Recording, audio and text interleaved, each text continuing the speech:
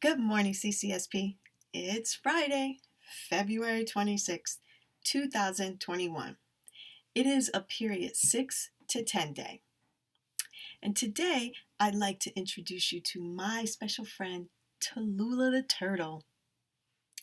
And today is all about marine life, just like Tulula. Because today is National Skip a Straw Day. Did you know that straws and other plastics can cause harm to marine life? Creatures like birds, fish, and other sea life, just like Tallulah, consume plastics accidentally when they mistake it for food. And I'm sure that you're aware that plastics are not biodegradable, meaning they don't decompose. Now, they may break down into smaller, finer, microscopic pieces, but they never really fully decompose. Also, when plastics break down, they produce chemicals that interfere with the reproductive systems in the marine life, which in turn decreases the number of my special friends like Tulula the turtle. And believe it or not, according to the National Park Service, Americans use 500 million drinking straws, plastic drinking straws, daily. So, on this day, on National Skip a Straw Day, that's potentially 500 million fewer straws that don't end up in landfills or in the ocean and affect individuals like my friend Tallulah. So remember, when you want to enjoy your favorite beverage, at least for today, skip the straw.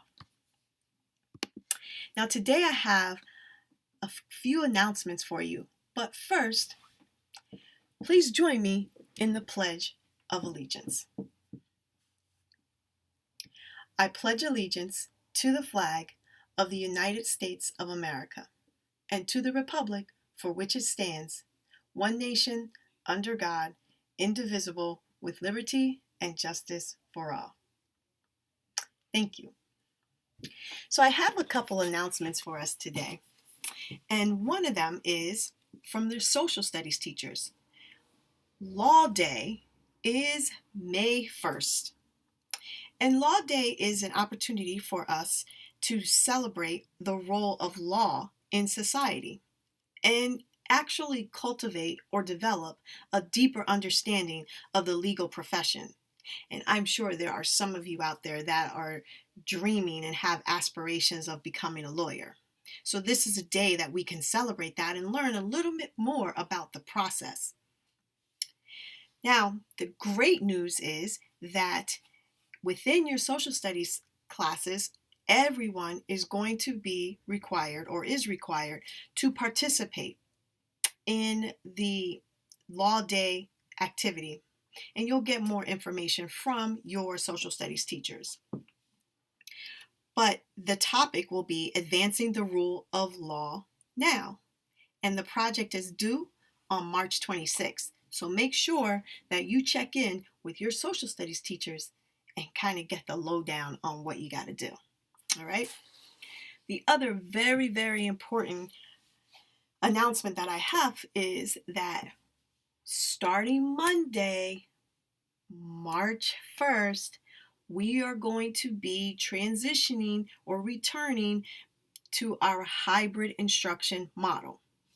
That means some of you that were invited and agreed to come to school on certain days will be coming to school on those days. Now it's either going to be Monday and Tuesday or Thursday and Friday. And remember, everyone's at home and remote on Wednesday. So if you received an invitation to come to participate in hybrid instruction, then you're going to be coming on campus on the days designated for you. But I want you to remember there is something, and this is very, very important. So make sure that you are listening. You must, without a doubt, bring your computer charged a charged computer device, and headphones. Please don't forget to bring your headphones to school with you when you come to the building. I'm going to say that again. You must, if you are participating in hybrid instruction and coming on campus, you must bring a charged computer device and headphones with you every day that you are coming on campus. Now, if you happen to come without a device, you will be sent home. So it's really in your best interest to ensure that you come to school with a device and headphones and ready to learn. Because if you don't come with a device, you're not going to be permitted to stay on campus.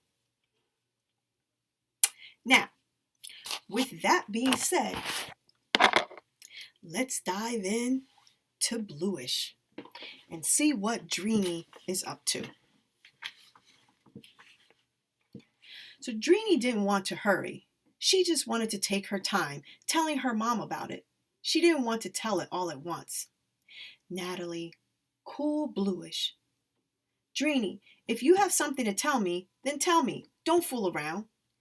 Make Willie stop calling me Drain. She does it all the time. Is that it? Arguing with your little sister? No. If you have something to tell me, her mom said again. Guess you're tired, Dreeny said. That's why you're short with me. Bluish. I hate her, Dreeny thought. Scary sickness, and I was afraid it'd rub off on me. Maybe she can still be my friend, but I don't know how. All the moon glow.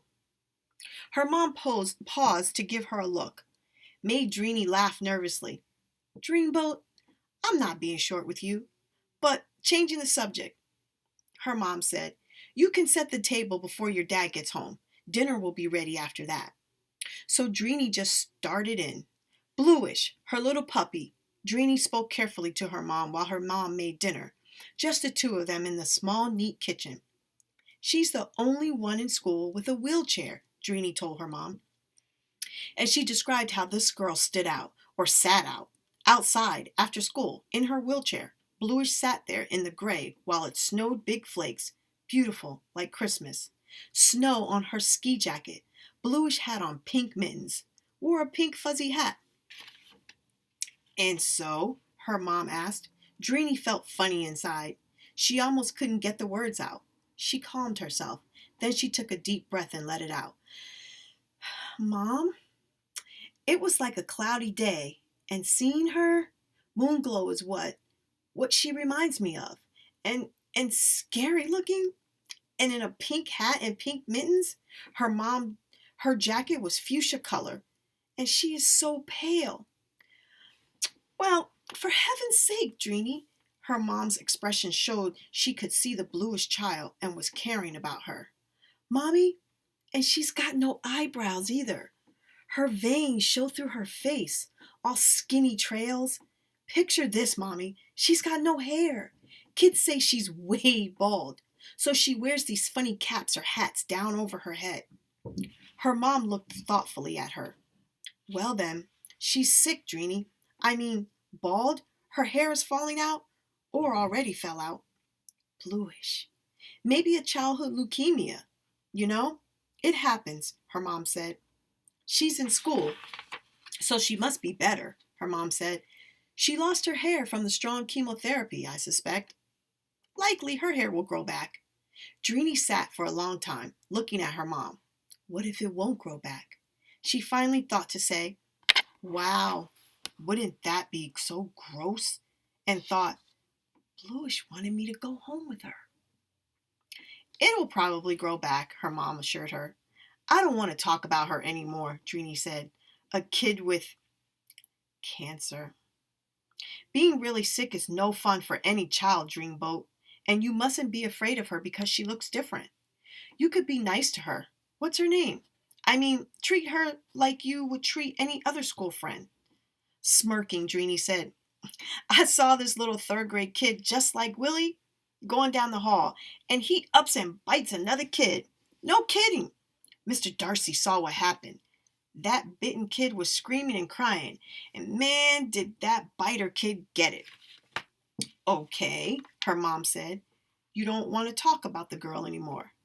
I don't care anything about her. Why should I? Dream. Scary bluish.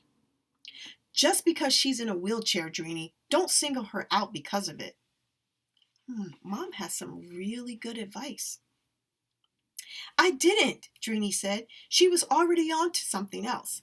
Mommy, Tully always wants to stay for supper. Well, let her. No, it means that her grandmom Gia won't get to eat until later. Tully has to fix food for her grandmom. She gets on my nerves sometimes. I get tired of worrying about her. Oh, Dreeny, you sound so old. She just wants to be around a family.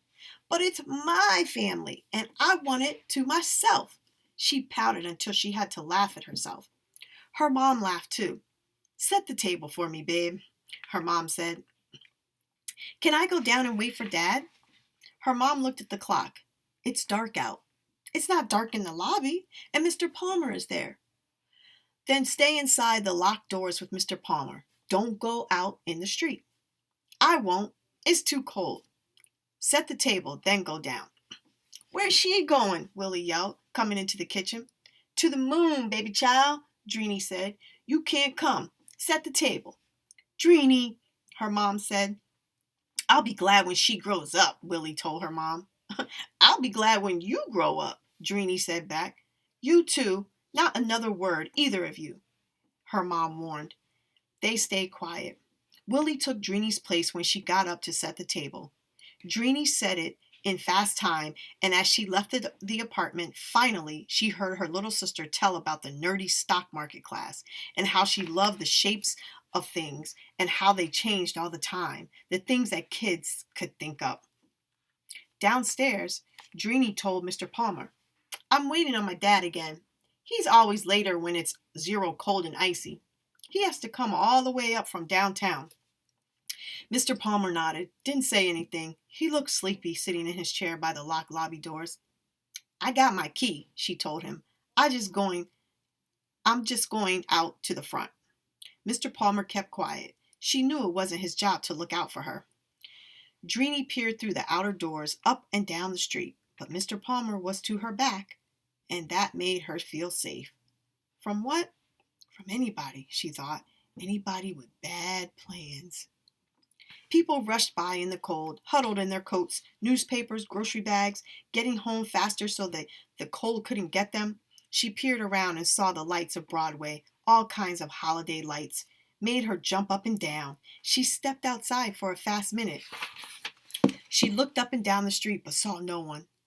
The street was clearing of people, winter evenings and empty streets in a big city so big. She turned back, went inside the outer doors, took out her key. Someone came in behind her. She froze. Her mind went dead, and she felt the cold. Dreeny? Daddy! Oh, you scare me. You're out here, and you know you shouldn't be. But I looked up and down, and there was no one. I came across the street, through the parked cars. Anybody could do that, and you wouldn't see them. Remember what I told you? Look 3 ways when you look out the doors, left and right and across. I forgot about across, she said, but you need to remember. I'll remember. I won't go out and look anymore. I promise. And she meant it. How's my girl? He asked her when they went in. Fine, Daddy, she told him. He spoke to Mr. Palmer a minute. About the weather, about the New York Knicks, basketball. Then he and Dreeny took the elevator. Dreeny told her dad about Tully and about this girl who had her own wheelchair on wheels. I like the way you put that, he said. It makes her, well, maybe a new kid, kind of individual. Yeah, that's right, Dreeny agreed. It surprised her how easily she could tell things to her dad. But then she didn't tell him some things, like how she felt about Bluish. Her name is Natalie, she said. Mom says she has leukemia, or she had it. Her dad glanced at her. She was staring at the floor. I bet she's better, though, he said. She's in school. Guess so, she murmured. She asked me She asked me to come home with her, was what Drini didn't tell him. He put his arm around her. The elevator opened and they went out. Dream, you all right? You worried about Natalie, huh? She's your friend? She threw up in class. It was gross, Daddy. I mean, ew. Kids just went nuts. Scary bluish. That's too bad. But anybody can get sick. The flu, it doesn't have to be anything more than that. Daddy, do kids get sick and die? I mean, real easily? No, not at all. Kids are tougher than anybody. Dream, she's in school with you. And quickly, before she could tell him how scary it was, he changed the subject. You haven't told me what you want for Christmas. You won't get what I want, she wanted to say. You and your sister, remember? You get one special present each. Anything? Anything within reason. Well, what does that mean? Her dad laughed. He knows what I want, what I've always wanted. What do you think that is that she's always wanted? Maybe we'll tune in on Monday and Mrs. Stratton will find out for us. Well, CCSP, have a fabulous Friday. Remember the hybrid schedule. Bring your device. And remember, be kind always.